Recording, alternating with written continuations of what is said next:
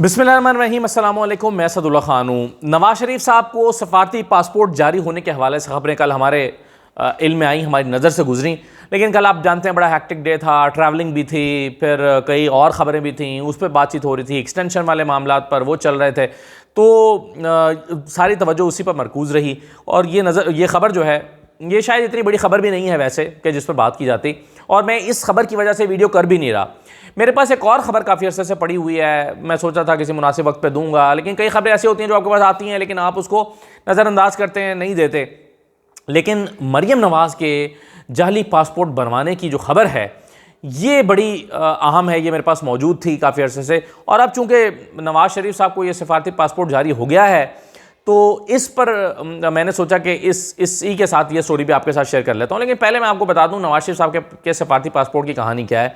नवाज शरीफ साहब के पास सफारती पासपोर्ट मौजूद था, लेकिन जब वो मुल्क से बाहर गए इलाज कराने के लिए और फिर मुकर्ररा वक्त पर वादे के मुताबिक वापस नहीं आए, तो उनका जो सफारती पासपोर्ट था वो ख़त्म कर दिया था उस वक्त की हुकूमत ने, तहरीक इंसाफ की हुकूमत ने। शेख रशीद उस वक्त वज़ीर दाखिला हुआ करते थे, और फिर उनके अपने पासपोर्ट की जो मियाद है वो भी ख़त्म हो गई थी और वो रीन्यू नहीं करवा पा रहे थे, तो ये एक मसला भी उनके साथ रहा था। लेकिन जब मौजूदा हुकूमत ये नून लीग की हुकूमत बनी, तो आपको पता है हुकूमत में आना बहुत ज़रूरी था, क्योंकि ये केसेस के मसले भी थे, ये पासपोर्ट का मसला भी था, ये सफारती पासपोर्ट का मसला भी था, तो हुकूमत में आना तो बड़ा ज़रूरी था।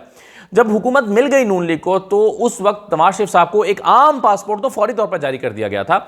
और उसके बाद से हम ये खबरें मुसलसल सुन रहे हैं कि नवाज शरीफ कल आए कि परसों आए, आज आए कि कल आए। नवाज शरीफ के आने की खबरें हम मुसलसल सुनते चले आ रहे हैं, लेकिन उनके पास फिर भी सफारती पासपोर्ट नहीं था, जो कि उनके प्रोटोकॉल और उनकी शान के खिलाफ है। तो उनके पास सफारती पासपोर्ट भी होना चाहिए था।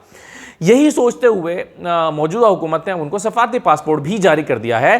सफारती पासपोर्ट पर आई एम श्योर कि कुछ ना कुछ उनको रियायतें या कुछ प्रोटोकॉल या कुछ ऐसा ही कुछ होगा, उनका स्टेटस जो है वो उससे जाहिर होता होगा। तो अब सफारती पासपोर्ट भी नवाज शरीफ साहब के पास मौजूद है। अब फिर सुन रहे हैं कि वो आ रहे हैं, लेकिन अभी आज की तारीख तक तो मुझे नज़र नहीं आ रहा। कल को माहौल बन जाए तो वो आ जाए, मैं कह नहीं सकता। अब आ जाए ज़रा मरियम नवाज़ की स्टोरी पे। ये स्टोरी बड़ी दिलचस्प है। मरियम नवाज़ की स्टोरी यह है कि जब इनका पासपोर्ट लाहौर हाई कोर्ट ने रख लिया था और वो कहीं ट्रैवल नहीं कर सकती थी, लेकिन उनका ट्रैवल करना भी ज़रूरी था, वो लंदन जाना चाहती थी, अपने वालिद से मिलना चाहती थी। उनकी एक सर्जरी ड्यू थी जिसके बारे में उन्होंने बताया था कि उनकी सर्जरी ड्यू है और वो बाहर जाकर अपना इलाज कराना चाहती हैं, लेकिन पासपोर्ट नहीं था। पासपोर्ट लेने की कई कोशिशें भी हुई, कई बेंच बने, कई टूटे, लेकिन वो जो है वो किस्सा पाया तकमील तक नहीं पहुँच सका, यानी मरियम नवाज़ को पासपोर्ट नहीं मिल सका था। अच्छा, इस दौरान अब खबर यह है कि जब मरियम नवाज़ के पास पासपोर्ट नहीं था और उनको बाहर जाना था, तो उन्होंने एक जाली पासपोर्ट बनाने की कोशिश की। अच्छा, इस सिलसिले में क्या हुआ?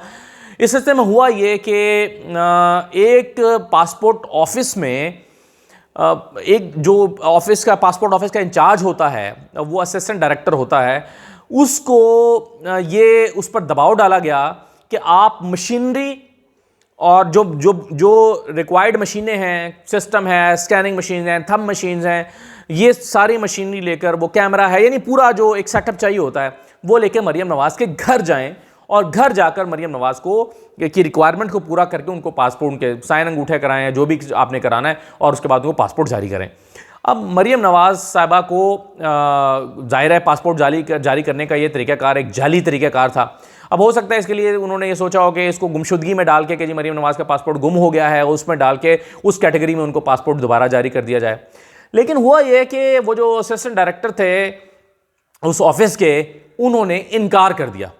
उन्होंने कहा कि जी मैं ये नहीं कर सकता। तो उनको थ्रेट किया गया कि फिर आपकी नौकरी चली जाएगी।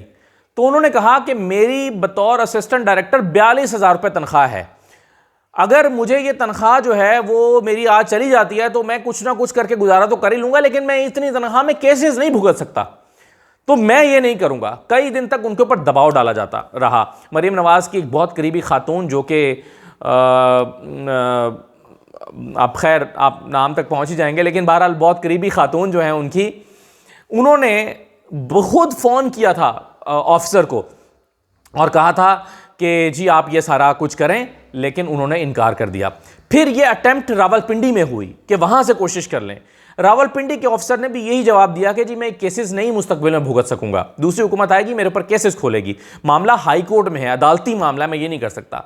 तीसरी अटेम्प्ट लाहौर में हुई कि लाहौर में ही कर लिया जाए, लाहौर में भी नहीं हो सका, लाहौर से भी ये इनकार कर दिया गया। तो उसके बाद फिर वो मुझे उन्होंने बताया, जिन्होंने स्टोरी बताई, उन्होंने कहा कि हमने फिर उनको पता नहीं कोई एक कैटेगरी होती है कि ब्लॉक कैटेगरी, उसमें डाल दिया कि जब तक वो अनब्लॉक नहीं होंगी वो उनका पासपोर्ट बन ही नहीं सकेगा, जारी नहीं हो सकेगा।